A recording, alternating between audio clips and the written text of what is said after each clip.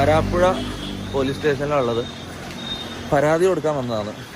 എനിക്ക് ഒരു മിനിറ്റ് വണ്ടി നിന്നിട്ട് ബാക്കി പറയാം. ഒന്ന് സമാധാനത്തിൽ ഇരിക്കട്ടെ. ഇന്ന് രാവിലെ മുതൽ ഓട്ടമായിരുന്നു. ഓക്കെ, ഇന്ന് കേരളത്തിൽ ചെറിയൊരു ഭാഗം ആൾക്കാരുടെങ്കിലും മുന്നിൽ ഞാൻ പോക്സോ കേസ് പ്രതിയല്ല, പോക്സോ കേസ് ചെയ്ത ആളാണ്. ഓക്കെ, പെണ്ണുങ്ങളെ പീഡിപ്പിച്ചിട്ട് അബോർഷൻ ചെയ്ത് പൈസ കൊടുത്ത് ഒഴിവാക്കിയ ആളാണ്. ഡ്രഗ് ഉപയോഗിക്കുന്ന ആളാണ്. ഇതിനെല്ലാം കാരണക്കാരെന്ന് പറഞ്ഞാൽ ഞാൻ തീറ്റിപ്പോറ്റിയ കുറച്ച് നാറുകൾ. ഓക്കെ, ഇനി വെറുതെ സോഷ്യൽ മീഡിയയിൽ വാങ്ങിച്ച് ഇവന്മാരെ എക്സ്പോസ് ചെയ്തിട്ട് ഇവന്മാരിത് ക്രെഡിറ്റ് ആയിട്ട് ഇവന്മാർക്ക് ഇത് കുഴപ്പമില്ല, ഇവന്മാർക്ക് റീച്ച് കിട്ടിയാൽ മതി. ഓക്കെ, എക്സ്പോസിങ് ഇതെല്ലാം ഞാൻ പറയട്ടെ. ഇത് കണ്ടോ, 2 ക്രിമിനൽ കേസുകളും പിന്നെ ഒരു ഡിഫേമേഷന്റെ ലീഗൽ നോട്ടീസ് ഓൾറെഡി അയച്ചു കഴിഞ്ഞു. ഓക്കെ, ഇനി കളികൾ ഡയറക്റ്റ് ലീഗലി പോകാൻ പോയെന്ന്. ഓക്കെ, നേരെ ജയിലിൽ കയറ്റാം. അതന്നെയാണ് ഡയറക്റ്റ് നേരെ ഇവന്മാരെ ജയിലിൽ കയറ്റാന്നുള്ളതിന് ഉദ്ദേശം.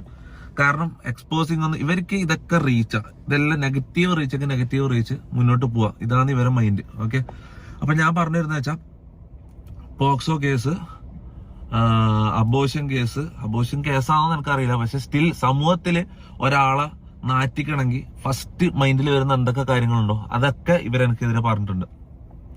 അലിഗേഷൻ എന്ന് പറഞ്ഞാൽ തെളിവില്ലാണ്ട് ഒരു അലിഗേഷൻ ഇതാക്കുമ്പോ, ഞാൻ പോക്സോ കേസ് പ്രതിയാന്ന് പറയുമല്ലേ, പോക്സോ കേസ് ചെയ്തിട്ടുണ്ടെന്ന് പറയുമ്പോൾ അതിന്റെ എന്തെങ്കിലും കേരളത്തിലെ ലോകത്തെ ഏതെങ്കിലും ഒരു പെണ്ണ് എനിക്കെതിരെ പറയണം. ഓക്കെ, ഒരാളെങ്കിലും എനിക്കെതിരെ പറഞ്ഞെങ്കിൽ ഓക്കെ, ഒരു ഇതും ഇല്ലാണ്ട് വന്ന് വെറുതെ പച്ചക്ക് വിളിച്ചു പറയാം അബോർഷൻ ചെയ്തെന്ന്.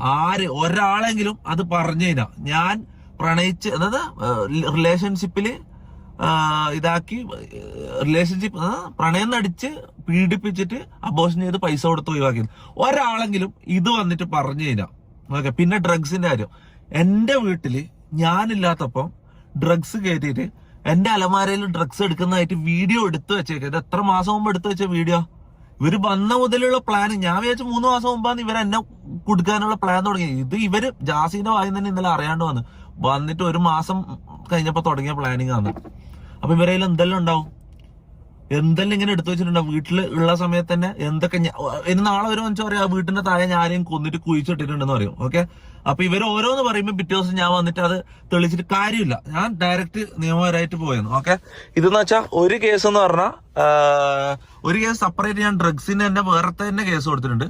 മറ്റേന്ന് പറഞ്ഞാൽ എന്നെ പോക്സോ ആളെന്ന് പറഞ്ഞതിന്റെ തെളിവില്ലാണ്ട് പറഞ്ഞതിന്റെ ഇത് കേസ്. ഓക്കെ, എന്തെങ്കിലും രീതിയിൽ ഞാൻ ഒരു കാര്യം പറയില്ല, ഞാൻ ഇത്രയും കോൺഫിഡൻസ് ഇല്ലാണ്ട് ആദ്യമായിട്ടാണ് വീഡിയോ എടുക്കുന്നത്. കാരണം എന്ന് വെച്ചാൽ ആൾക്കാരെ മൊത്തമൊക്കെ എനിക്ക് മടിയാന്ന്. ചെറിയൊരു വിഭാഗം ആൾക്കാരെങ്കിലും ഞാൻ അതാണോ എന്ന് വിശ്വസിക്കുന്നുണ്ടാവും. ഓക്കെ, ഞാൻ കേരളത്തിലെ ഗവൺമെന്റിനോടും പോലീസിനോടാണ് ഞാൻ പറയുന്നത്, എല്ലാത്തിനെയും പിടിക്കണം. MRG ഗ്യാങ് എന്ന് പറഞ്ഞാൽ എന്നെ അടക്കം ചെക്ക് ചെയ്യണം, ചോദ്യം ചെയ്യണം. ഇവന്മാരെ എല്ലാത്തിനെയും പിടിച്ചിട്ട് ഓരോ റൂമിലിട്ട് ചോദ്യം ചെയ്താൽ പുറത്തു വരും സാധനങ്ങൾ. ഓക്കെ, എല്ലാവരും ടെസ്റ്റ് ചെയ്യണം. ഇതിന്റെ അന്വേഷണത്തിന്റെ എല്ലാ രീതിയിലും കോപ്പറേറ്റ് സഹകരിക്കാൻ ഞാൻ റെഡിയാണ്. ഓക്കെ, എന്നെയും ടെസ്റ്റ് ചെയ്യണം, അവന്മാരെയും ടെസ്റ്റ് ചെയ്യണം. ഓക്കെ, മൊത്തം തെളിയണം, പുറത്തു വരണം. ഓക്കെ, ഇവന്മാര് ജയിലിൽ കയറണം. ഈ ഒരു തെളിവും ഇല്ലാണ്ട് ഡിഫേമേഷൻ മാത്രമല്ല, ക്രിമിനൽ കേസുകൾ.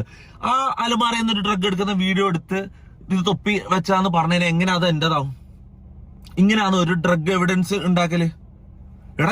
ഞാൻ ഡ്രഗ് അടിക്കുന്നുണ്ട് കളിക്കണേ, ഞാൻ ഡ്രഗ് അടിക്കുന്നത് കാണിക്കണം. ഇവര് കഞ്ചാവ് ഞാൻ അടിക്കുന്നതല്ല കാണിക്കുന്നത്.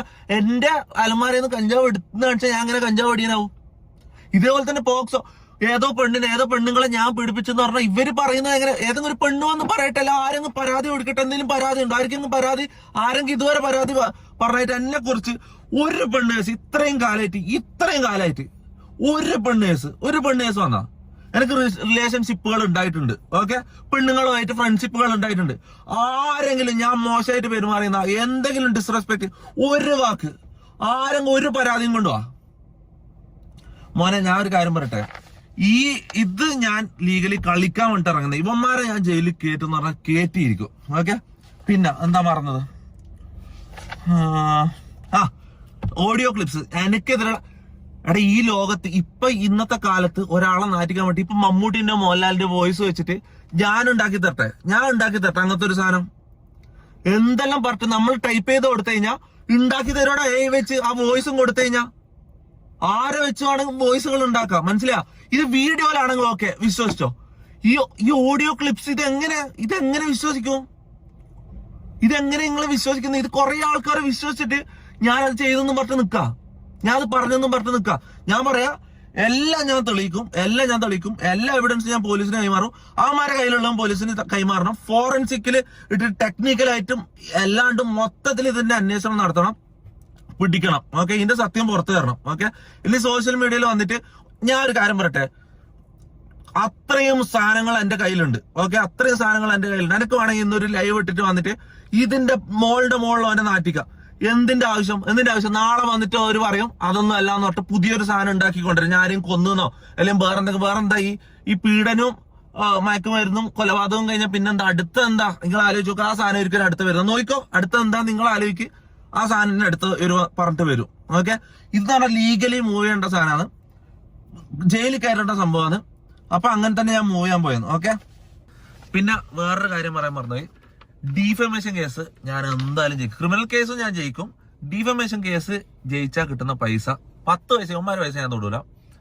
അർഹതപ്പെട്ടവർക്കോ അല്ല രോഗികൾക്കോ അനാഥാലയത്തിലോ ഞാൻ അത് കൊടുക്കും. ഓക്കെ, ബാക്കി ഇനി ഞാൻ ഒരു ലീഗൽ ഫൈറ്റിന് ഞാൻ ഇറങ്ങാൻ പോവാ.